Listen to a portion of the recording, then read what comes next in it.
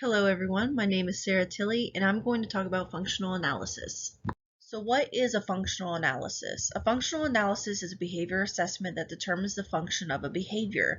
To dumb it down a little bit, behavior analysts are finding the reason why a child is performing a specific behavior. Behavior analysts will create a comfortable setting. We want the child to be as comfortable as possible, so we may put like a carpet on the ground. There may be some bins with some toys in it. There may be some posters, lots of colors. We want the child to be as comfortable as possible to make sure we get the right data.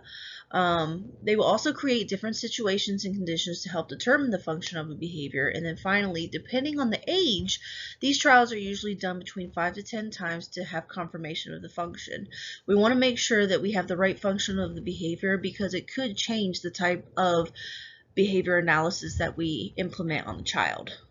So what are functions of a behavior? And this isn't just for children with autism, this is for anybody.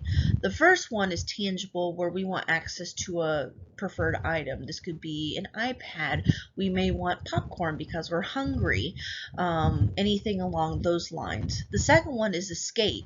Escape is where we're avoiding or trying to remove ourselves from a situation or demand or a task.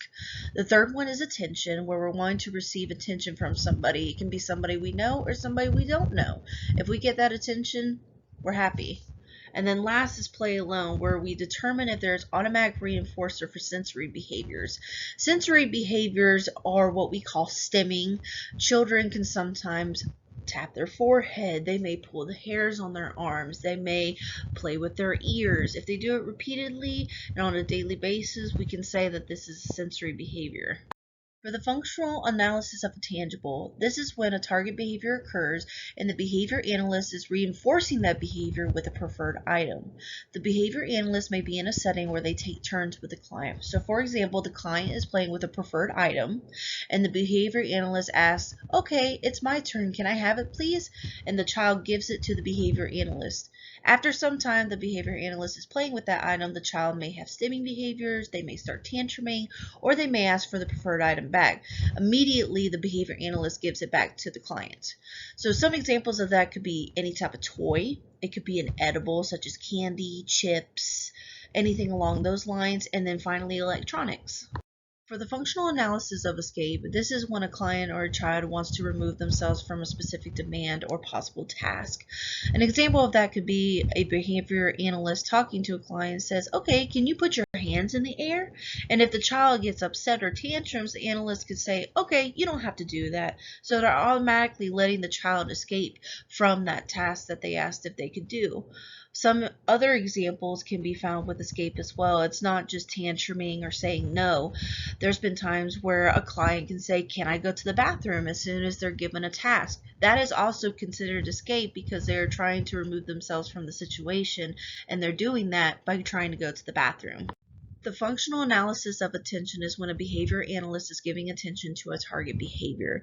Now, it's very important to point out that there are many different forms of attention for a child. It can be telling them no. It can be tickling a child. It can be physically moving a body part if their body part is in the way. There's many different forms of attention that works for a child.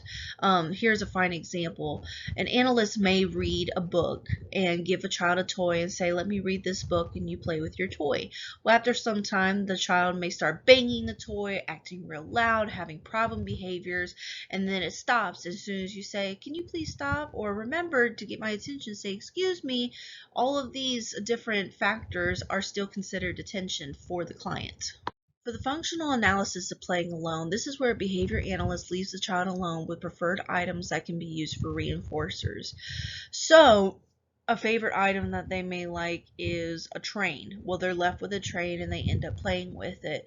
With play alone time, they also look for those stimming behaviors, like I said earlier, playing with the ear, constantly pulling hair, and they try to determine what those behaviors are and how they happen, because sometimes there's this thing called automatic reinforcers where the analyst may not be reinforcing the child, but there may be an automatic reinforcer in the environment that causes them to have stereotypical behaviors that sometimes can be self-injurious behaviors.